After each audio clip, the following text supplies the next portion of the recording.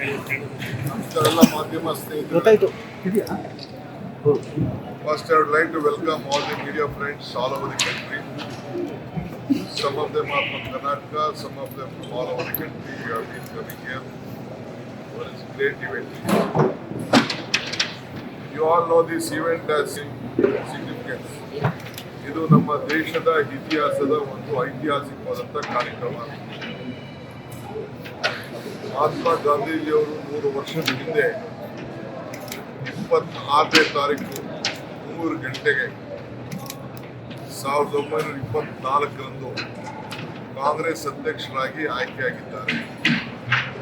ಅದೇ ಸಮಯದಲ್ಲಿ 3 ವರ್ಷದ ನಂತರ ಅದೇ ದಿನ 1924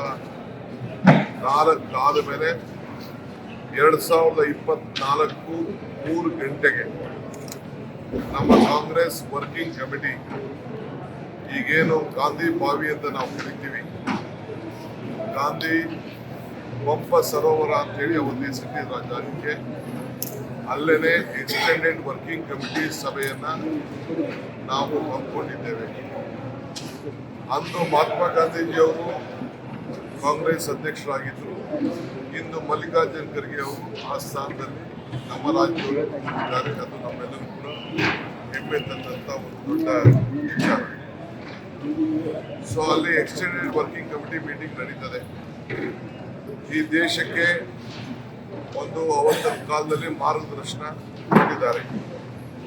ಸ್ವಾತಂತ್ರ್ಯ ಹೋರಾಟ ನಾಯಕತ್ವವನ್ನು ಮಹಾತ್ಮ ಗಾಂಧೀಜಿಯವರು ವಹಿಸಿಕೊಂಡು ಈ ದೇಶಕ್ಕೆ ಅವರ ಮುಖಂಡತ್ವದಲ್ಲಿ ಸ್ವಾತಂತ್ರ್ಯ ಬಂದು ಅವರು ಮಹಾತ್ಮರಾದರು. ಆ ಇತಿಹಾಸ ನಿಮ್ಗೆ ನಾನೇನು ಹೇಳಬೇಕಾದೇನಂತ ಇಲ್ಲ. ಇದನ್ನು ಸ್ಮರಿಸ್ಕೊಳ್ಳಿಕ್ಕೆ ನಾವು ಈ ಕಾರ್ಯಕ್ರಮವನ್ನು ರೂಪಿಸಿದ್ದೇವೆ. ಇದು ಕಾಂಗ್ರೆಸ್ ಪಕ್ಷದ ಕಾರ್ಯಕ್ರಮ ಮಾತ್ರ ಅಲ್ಲ. ಈ ದೇಶ ಯಾವ ದಿಕ್ಕಿನಲ್ಲಿ ತೆಗೆದುಕೊಂಡು ಹೋಗಬೇಕು, ಯಾವ ದಿಕ್ಕಿನಲ್ಲಿ ನಮ್ಮ ಜನರ ಬದುಕಿನಲ್ಲಿ ನಾವು ಇವತ್ತಿನ ಪರಿಸ್ಥಿತಿಗೆ ನಾವು ಶಕ್ತಿಯನ್ನು ತುಂಬಬೇಕು ಅಂತೇಳಿ ಒಂದು 3-4 ಗಂಟೆಗಳ ಕಾಲ ನಡೆಯುವಂಥ Congress working committee, extended working ಕಮಿಟಿಲಿ ಚರ್ಚೆಯನ್ನು ಮಾಡಿ ನಿಮ್ಮೆಲ್ಲರೂ ಕೂಡ ನಾವು ಅದನ್ನು ನಮ್ಮ AICC ಟೀಮ್ ನಿಮ್ಮೆಲ್ಲರೂ ಕೂಡ ತಿಳಿಸ್ತದೆ.